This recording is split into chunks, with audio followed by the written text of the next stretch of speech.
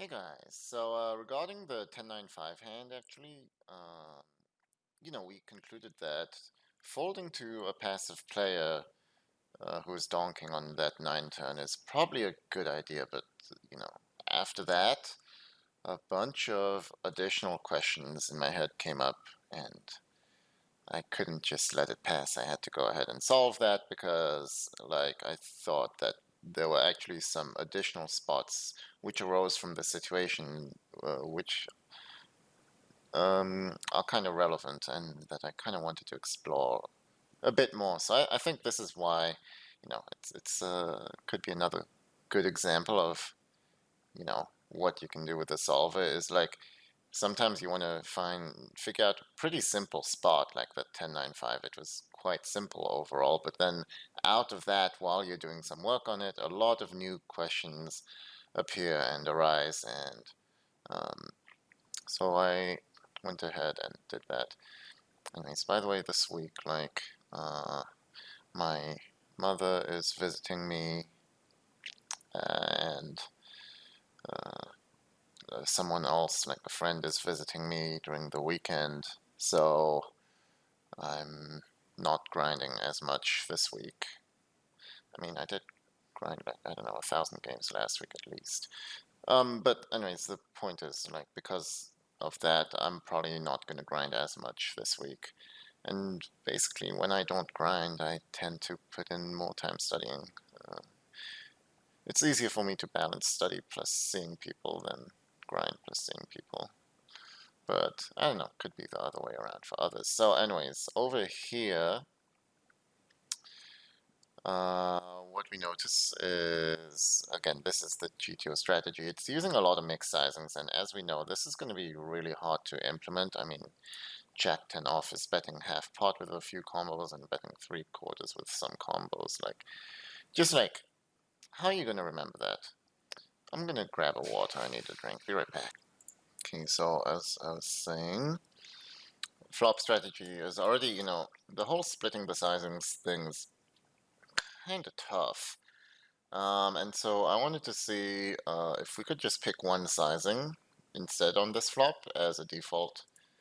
Just because it's not very intuitive what cards to use a larger sizing with. I mean, you do want to bet with your tens or like your pocket queens more. But it's also using a small sizing even, so it was just confusing to me. So I picked half pot here. So I picked half pot only. I did also look at 3/4 earlier, but I came to the conclusion that half pot as our only sizing will work just fine. Thing is, if we go half pot only, they're still going to make enough mistakes, and it had slightly better EV than 3/4 only. Also, I guess we could look at the EVs here. It's 1.269 here, 1.268, 3.231. 3.2. So like the difference in this strategy and pure GTO is basically completely nothing. Like it's zero pretty much. So using this half pot c-bet with 83% of your range is going to be pretty perfect here, in my opinion. And it means that we can c-bet much, much more actually. So we could basically simplify it to c-betting our entire range. Now we might in-game want to remember a few key hands on this type of board where we don't want to c-bet. So we can just go through this, by combos. So this is how I could check how we should play, how we should create our strategy, basically. Again, I did round it to make it simple on the flop so that, we don't need to use like randomizers to make life even more complicated. So obviously sets and 2 pairs we'll be using the bet. Same with overpairs and top pairs now. You can consider checking back your weakest 10x sometimes, 10-6 suited. Can be a check back. You should still bet it if it has a club though. Second pairs, again, this is one combo a lot of people might consider checking back way more of. But in general, we just see that you know, since we're betting so much and since the board is so heavily in our favor, we can still be betting these mostly. If you have to check, though, the best checking combos would be with backdoors. So like ace-9 with an ace of clubs will be a fine hand to be checking back, as we see, because we've got a backdoor flush draw. It means we've got a bit more playability when we do check back. Ace-9 here with ace-9 of spades can be a check back. Jack-9 has the backdoor straight draw, obviously. So in this situation, without the backdoor flush draw would be better. That's why this combo would be betting always. And then 9-8 and 9-6 are kind of the same. But you get the point, like even the second pair should be betting most of the time. Third pair is one of the combos that does best as a check in general. However, we could basically say that if you have a 5 with a kicker, queen or better, it's going to be good enough to bet. Even jack or better is close, and worse kickers can start checking. Pocket 8s and 7s are going to be very close. I don't think it's going to matter too much what you do, but again, the stronger the pair, the less it needs protection. Under pairs, like, it's actually turning 2s and 3s into a bluff. The fact is, these hands are just not going to have so much, you know, equity. I mean, they're not going to have much showdown value by the time the board runs out, or like villain is going to bluff us off these hands. So it's not a bad idea to just start turning pocket 2s into a bluff, for example. Although if you are turning, let's say, pocket 4s into a bluff, you're over bluffing, but that's probably just considering the fact that this guy's supposed to have a small fraction of pocket 3s and pocket 2s. In reality, that's kind of rare.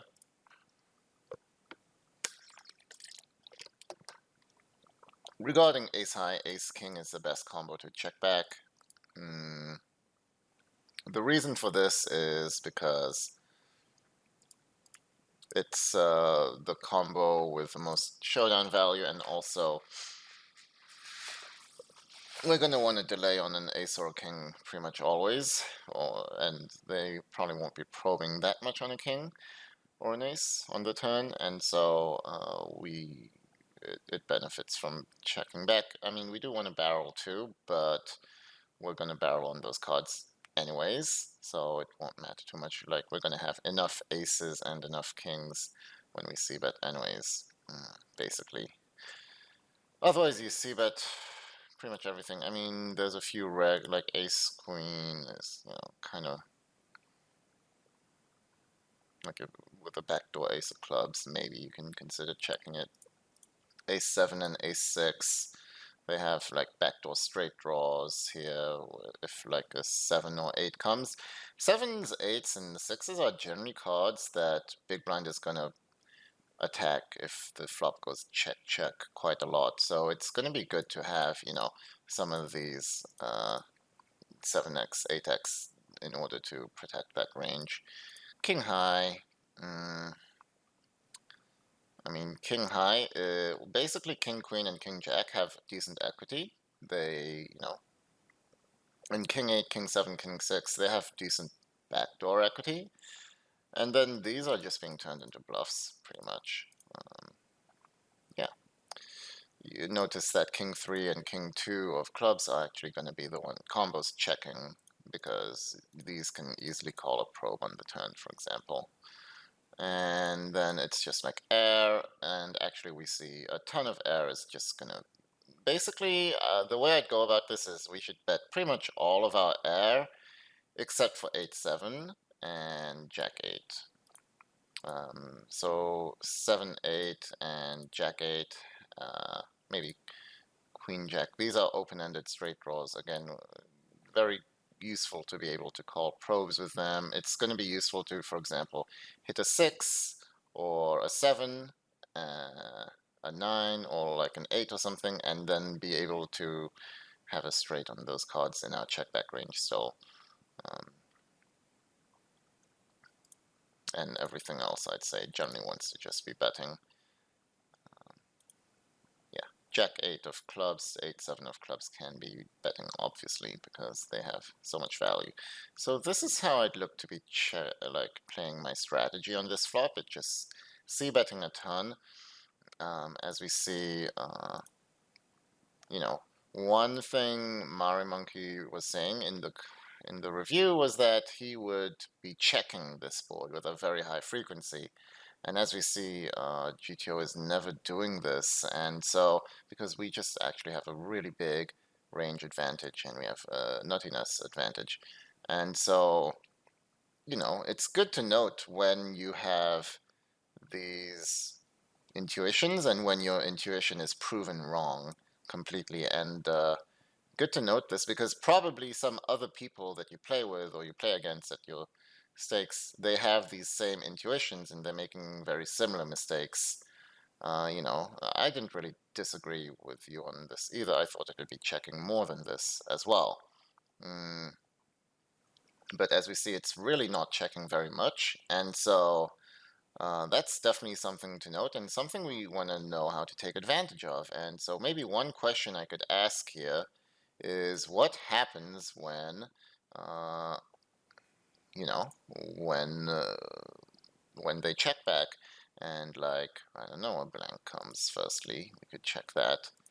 So firstly, we don't have an overbet sizing here. That's not good. We should add one. Let's make 6. It's going to be like 1.25x the pot. So we're going to make that overbet sizing on the turn.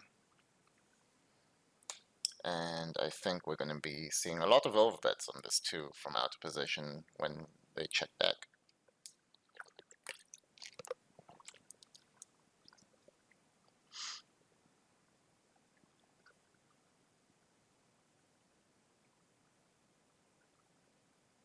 Let me, okay, it's downloading, should be fine. And over here, what I did was I kind of node locked the flop strategy. So, I'll show you later, I guess. Well, let's show it now while it's downloading. But basically, I node locked the flop strategy, and I said even if people are going to c-bet with only a half pot sizing, which I think is reasonable, you know, some people might use only 3/4 or only block bet or only half pot. It doesn't matter too much. Like, I'm just sure that they're not going to c-bet as much as they should be, basically. And so I removed some of the hands that I don't think people will be c-betting nearly enough. So basically, I looked at whatever the solver was c-betting at some frequency or checking at some frequency, and I made a lot of them 0. So ace king, ace queen, for example, I made them c-bet 0%. A lot of these 5s, I made them c-bet 0%. Same with like, you know, jack 9, queen 9. I think a lot of people still are c-betting king 9 and ace 9, but not necessarily jack 9 or queen 9. Same with, for example, pocket 8s or yeah, so I basically, you know, maybe some king highs, they give up a bit more. So I basically made it, you know, a bit more realistic, and maybe we could look at what happens when we check on a 2 as well in this situation. And let's add a node here, again, an overbet, and we can try to compare what's happening here. I think it should be quite interesting. The result's still downloading, so I'll pause the video while this happens. Oh, never mind. All right. So as we see, the overbet is the only sizing that's being used, and it can overbet with almost everything. Now, the interesting thing is that since he, in position player, did not, you know, he had a very balanced range, and he was betting a lot of everything, basically. What was he checking mainly? He was checking hands like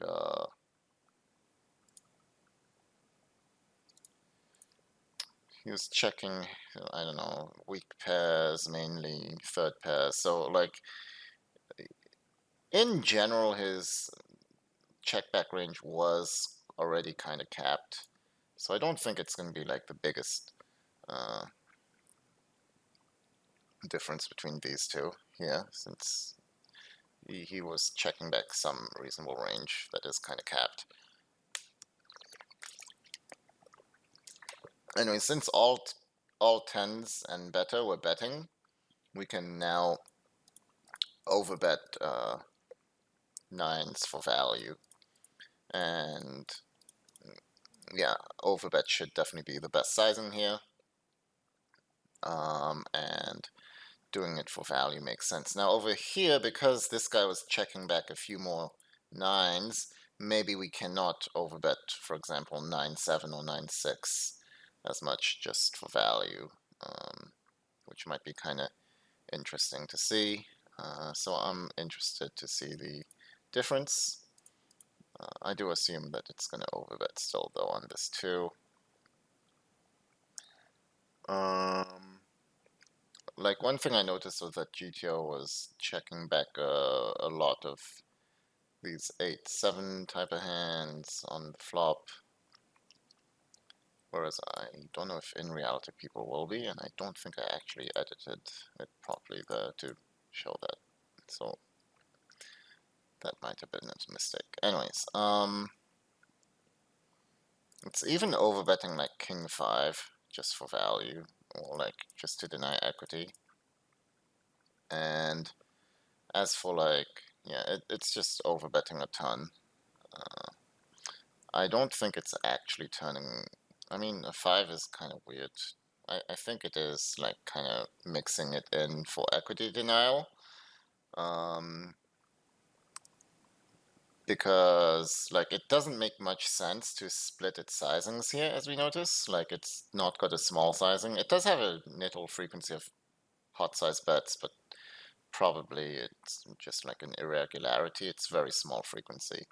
So, you know, when I see it like overbetting with a 5 here, I think it's mainly like for value and not like turning it into a bluff. It's just like denying equity.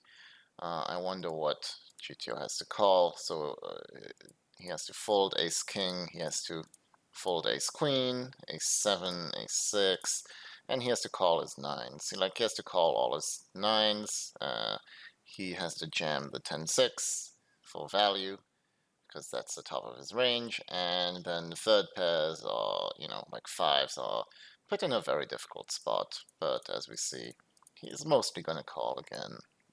Here it might be better to see pure GTO without rounding to get a more realistic sense of how things are doing. So we see, like, he can hero call a bit with ace king, but, you know, it's really ugly, right? It's not very fun to be calling with ace king. Yeah, 5s are folding a little bit more. So that's how I'd look at this spot, basically. And that's from the GTO point of view. Let's see over here. Here we see that we're probing a bit less, but again, it's going to be a pure overbet. And again, yeah, since the main point, I think, the main difference is that we're not overbetting 5s. So here we were overbetting 5s to, like, we're overbetting, you know, good portion of our 5s. We're overbetting.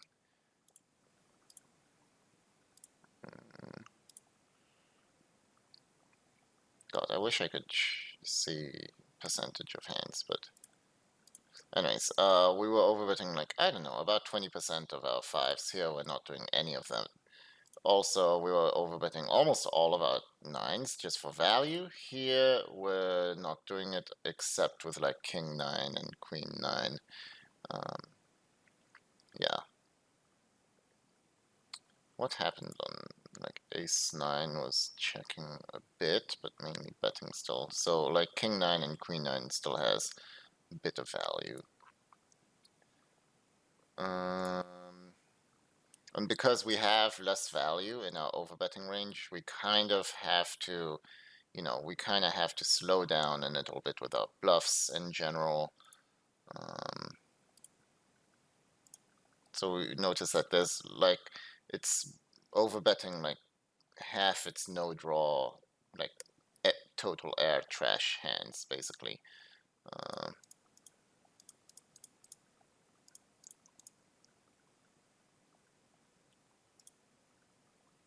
it's overbetting like king 8, king 6, a lot of those type of hands. Whereas over here, I doubt it's gonna do that. Let me bring in ace high as well. Like ace high was overbetting a bit here even. Here, like it's basically not gonna overbet without at least a bit of equity. Whereas over here, it would sometimes overbet like a king 8 or something, or king 6, just kind of randomly. Here, it's basically not happening. Maybe with the king of clubs, you know, then it can be kind of a thing, and probably jamming on a club then, but you get the point. It's like it basically wants equity in order to be overbetting, and over here it would actually be protecting its like overbet range with draws a bit. So what I mean is over here, if you look at the combo draws,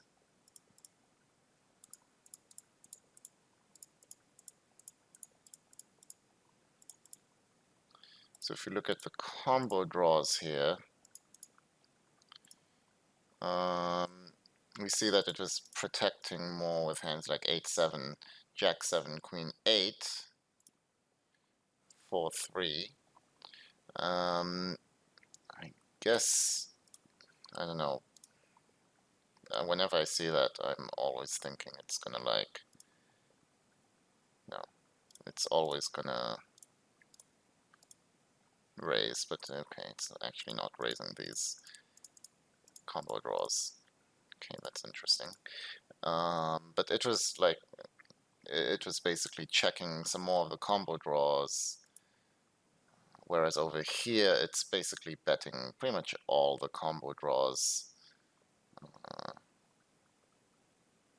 But again, if you think people are going to be delaying too much, then you can probably start putting some more combo draws in your check raising range, and along with some more like two pairs and things. Important to note that, yeah, because, yeah, we're basically like protecting our versus delay range a bit more in the right sim, because this player checked back more 5s and more 9s, and if he goes ahead and he delays those combos, we can like if he goes and delays, you know, this queen 9, this ace 9, we can firstly we have good hands to call with, such as two pair, but we can also just raise, right? We can just like check jam. It would rather jam than like go non all in for a raise. So we can, you know, it's actually going to slow play two pairs, but we can check jam with some combo draws, and we can check jam like ace 10 for value on the turn. So that's pretty interesting. So now that we analyze the two, I think we can look at the difference on a 9. I think this will be quite huge, because, you know, again, this is a probe opportunity. The thing is, a 9 is really hitting his range, his checkback range in reality, whereas in GTO it probably isn't as much. So I would expect that we won't be doing much probing here. Whereas over here, I'm not sure. Like, we might be doing some more.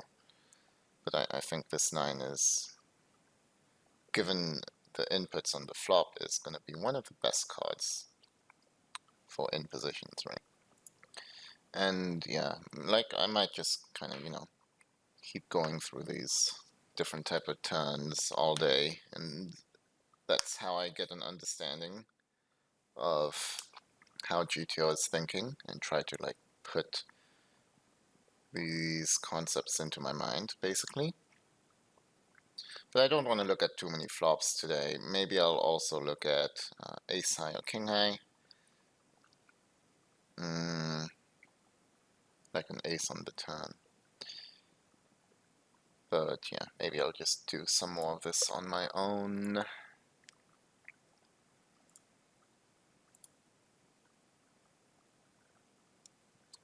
Right, let me pause.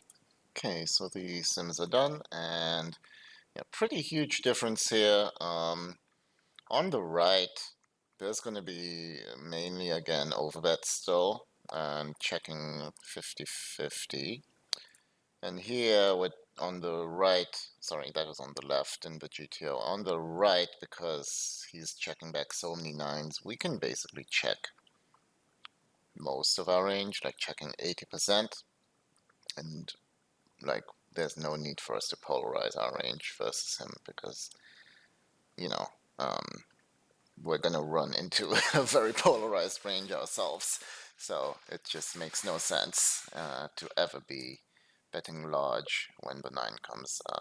This was pretty basic. I just wanted to make sure my intuition was correct. And I didn't want to I don't want to spend too much time on this. I think like even on an ace here, GTO is going to have a probing range, although this is the one I'm least sure about. So let's check this turn out. After this, I want to try something else regarding after we check call, because I think there's something interesting that we could try to exploit based on these ranges from the flop. So let me pause the video while I check out the ace. Again, it's not going to be, it won't be too interesting. Okay, so on the ace, we just check our entire range in both sims. I mean,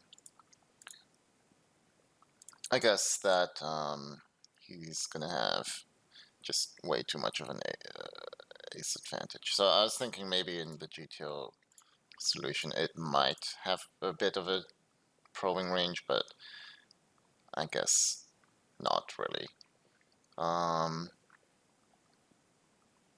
Yeah, maybe one final interesting one would be like on a really connected card, like, 7 of clubs, or like, yeah, 6 of clubs should be good.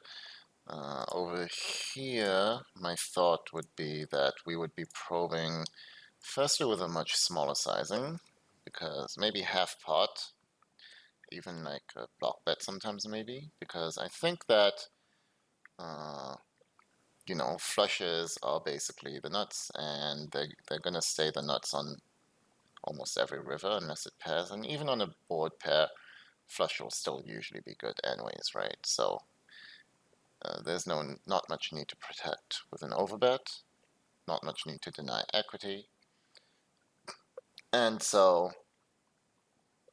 we would choose a small sizing and then polarize more on the river. But I think because in this sim, I believe we had in position check back less withdrawals than in GTO. So I think in the exploitative sim, we're going to see big blind probe at a higher frequency. I'm not sure if it's going to be much higher or not, but that's just going to be my assumption. So let's pause while we download this result. Okay, so we're back. On the right, we have the exploitative sim. And in terms of frequency of betting, it isn't super different, like 7% difference. We're actually checking a bit more in the exploitative sim. Not sure yet why. Not sure if I want to try find out right now. It's going to take some time. I want to find something else out in this video later. But one thing I noticed is we're going to be more value heavy on the exploitative sim and betting more like tens. I guess they simply have more value. And we're also going to be betting our strong draws slightly more, such as King Jack and Queen Jack. But yeah, the main thing I notice is we're betting tens more and we're bluffing. What else? bluffing maybe just slightly less, but the difference isn't too big in terms of bet sizings. As we mentioned earlier, we wouldn't be using an overbet sizing here, so at least I had that part right. So why do I think we're betting more value heavy here on the exploitative sim? I guess it's because, again, he has to call with nines a lot, and I'm actually curious if he's supposed to delay his nines a lot. And he's actually supposed to delay some nines, but he's not delaying like ace-9 too much, or like a lot of two pairs. And if people are delaying those, we could make a bunch more like exploitative sims. But yeah, I just wanted to look at this in general, and I wanted to be sure that the flush card wouldn't be too great for us, which it appears not to be. Okay, so anyways, now that we figured that stuff out, what I wanted to look at for the main point of this video, that took, 30-minute introduction, pretty long, but I wanted to just see a few different probe spots, see how we could exploit a bit.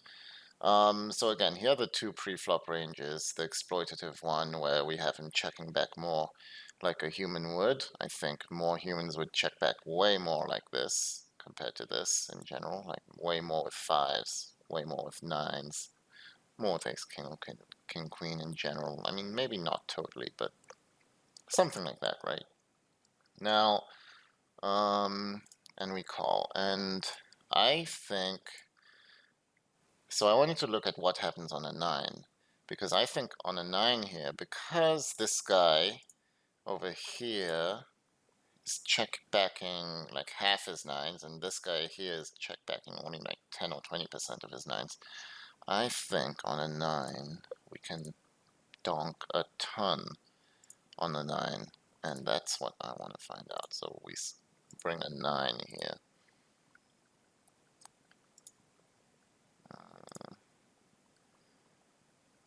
I wonder if this is accurate, actually. Let me just calculate.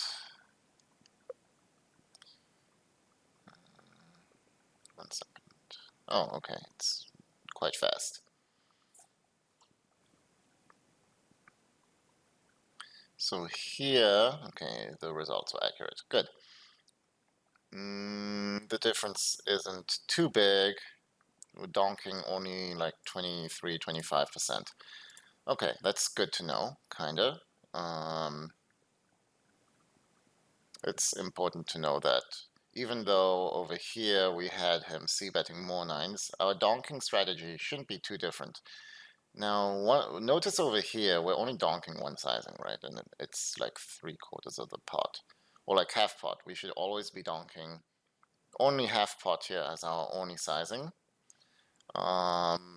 Whereas in pure GTO, we were really mixing our sizings up, and that's because when we called, on the flop, we were using different sizings, and so GTO on the flop was splitting up all of these different sizings, and so our response would be to donk with different sizings too.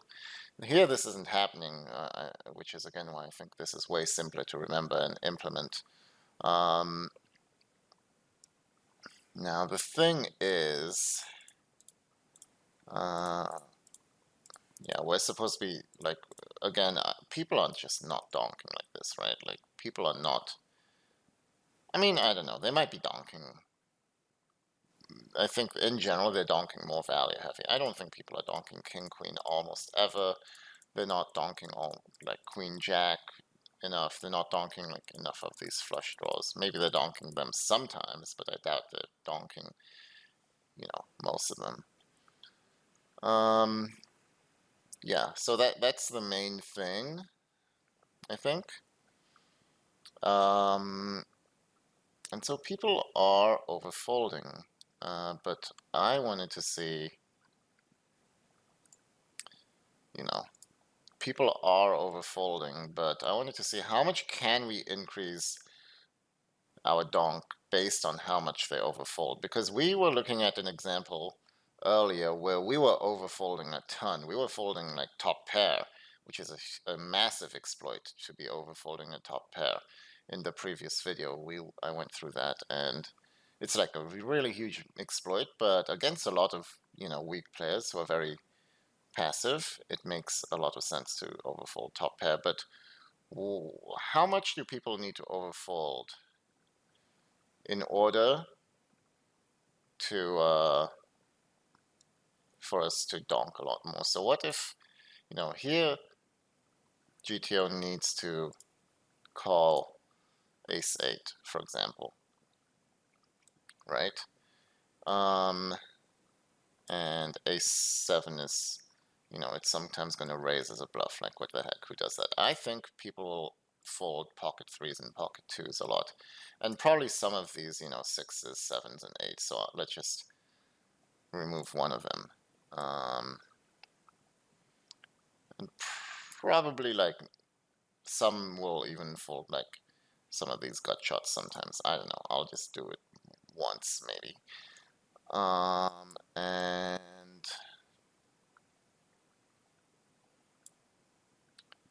let's see, let's get rid of the clubs, and now we're left with the non-flush draw combos, so they should be folding all of these. Okay, that's fine. I do think that people will still be folding like ace 5, for example, a decent amount. Yeah. And then, yeah, I think this is kind of reasonable.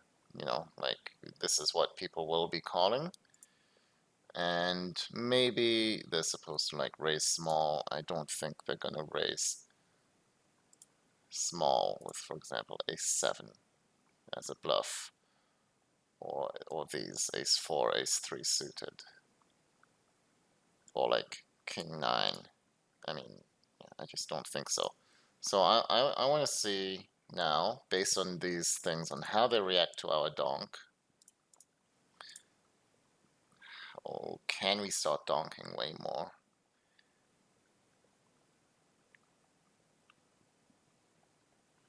And I think the answer will be yes. We could do a similar thing here as well, because I did do it. Alright, so here, now, alright, so here, we should be donking 100% of our range. And so you see, I find this really interesting, because we were earlier exploiting a passive player for, basically, what do you call it? Donking with a large size in a spot where we felt like people wouldn't be doing that really, and we found it was correct. Now, I think a lot of people are thinking like that too, and so if that's the situation, that people are overfolding, like, all every single ace-x, and every like pocket 2s and pocket 3s and pocket 6s sometimes, then all of a sudden it makes like donking so massively profitable that we should basically donk 100% of our entire range. So I found that super interesting.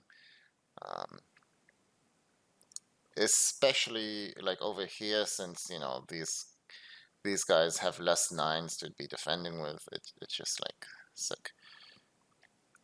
All right. The reason why 9s were raising was because that's silly. I mean, I don't think it will make a big difference. I didn't realize that it was trips, but yeah, it shouldn't make a big difference.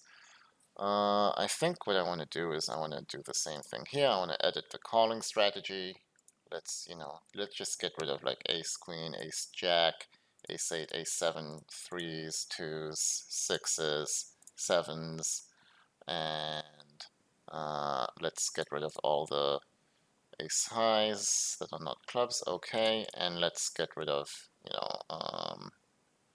maybe one of those, and otherwise I think it looks okay. So yeah,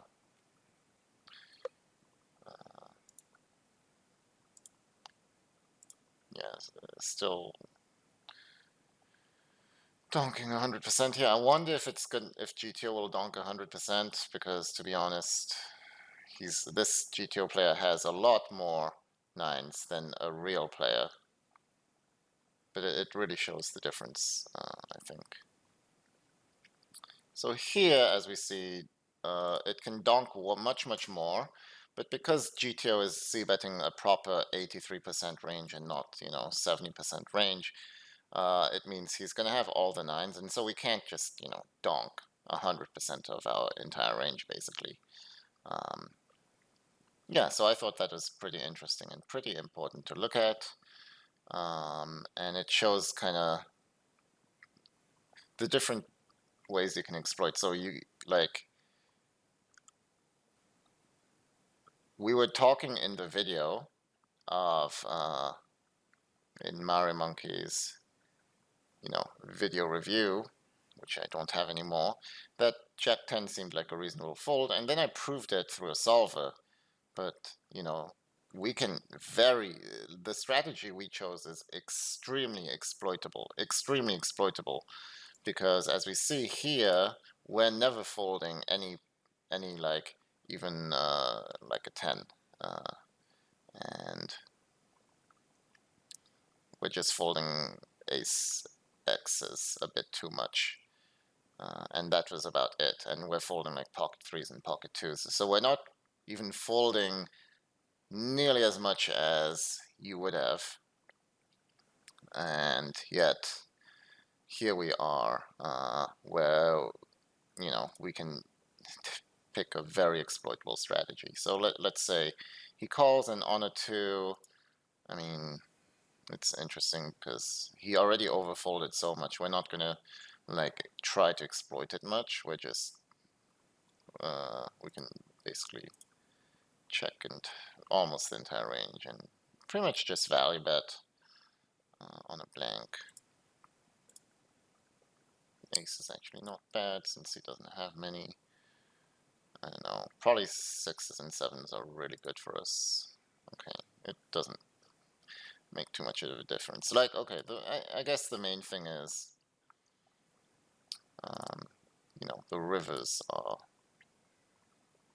I mean, on the turn, just attack that if you think they're overfolding a ton.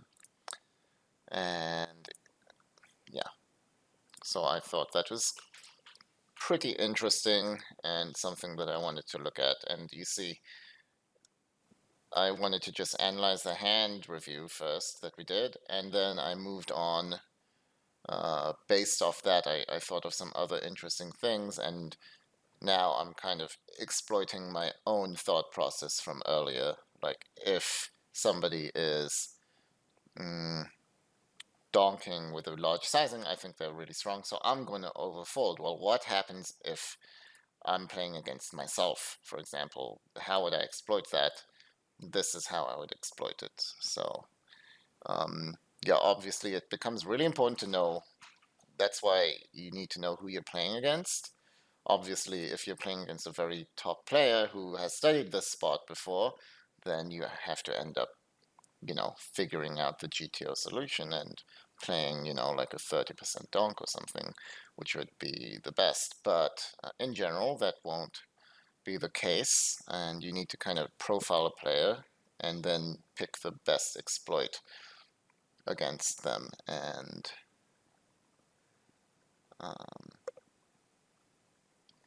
yeah, I basically thought that was quite interesting. So thanks for watching. See ya, peace.